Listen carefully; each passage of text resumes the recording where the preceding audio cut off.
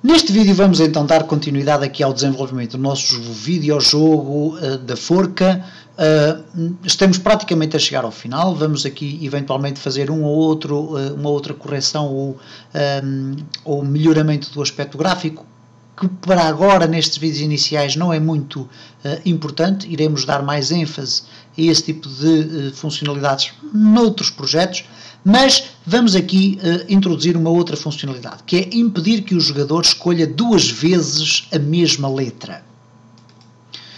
Temos então o nosso jogo a funcionar em pleno. Eu vou aqui fazer um start, vou carregar no setup, carregar a lista de palavras e neste caso países. Ok, vamos aqui abrir, fantástico. Vamos aceitar e temos então 11 palavras disponíveis. Quando eu clico aqui no iniciar, vai acontecer o seguinte. Eu já sei que aqui tenho Alemanha, porque por defeito eu tenho Alemanha definido. Ok, eu depois vou apagar isso. Claro, porque senão iria sempre aparecer Alemanha, mesmo que eu não selecionasse lista nenhuma. Mas eu sei então que neste caso, se eu carregar X, vou perder uma tentativa. E então neste caso eu carrego X e aparece ali a cabeça do meu boneco. Mas se eu voltar a carregar X, vou voltar a perder mais uma tentativa.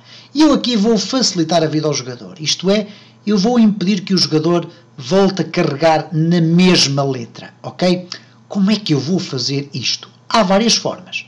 Uma delas vai ser aquela que eu gosto eventualmente mais de fazer. Eu poderia fazer simplesmente o seguinte. Reparem, quando eu faço iniciar, eu poderia clicar no X e depois aparecer aqui um X em baixo, num label, ok, o X foi pressionado, certo, ok, tudo bem. Quando eu clicasse no X, aparecia uma mensagem a dizer, você já carregou no X, não pode carregar novamente. Não é isso que eu vou fazer. Eu vou fazer o seguinte, vou esconder a letra que foi selecionada.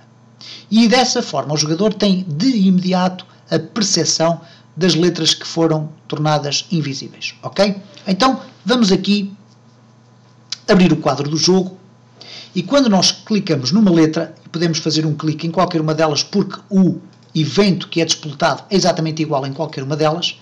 O que eu vou fazer no final é o seguinte, ele existe, não existe, o jogo terminou, etc. Muito bem, o que é que ele vai fazer? Ele aqui se já verifica se a tentativa é falhada ou não é, aqui é que ele vai verificar se a letra existe ou não existe. Ora, eu por defeito, eu posso já esconder a letra imediatamente aqui, ok? Poderia até escondê-la logo no início. Vamos até fazer esta experiência. Eu vou esconder aqui a letra. Então o que é que eu vou fazer? Vou utilizar o mesmo mecanismo, sender as label, e agora vou utilizar a propriedade visible.visible igual a false. E desta forma eu já sei que aquele label que eu pressionei vai desaparecer da minha listagem de letras. Vamos testar.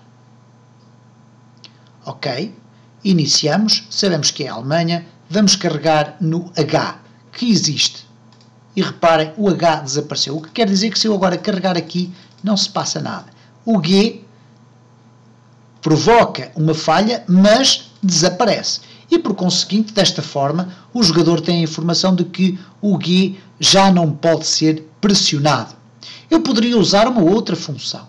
Neste caso, poderia colocar aqui o ponto enabled igual a false.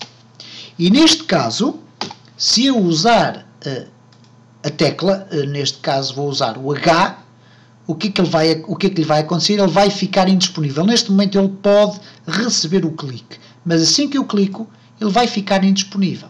E, portanto, é uma outra forma de eu poder identificar, e reparem, se eu agora clicar no H, não vai aparecer. Se eu clicar no G, vai gerar ali uma falha da tentativa, mas se eu voltar a tentar carregar no G, uma vez que ele está indisponível, também não vai aparecer. E eu ainda posso fazer de outra forma.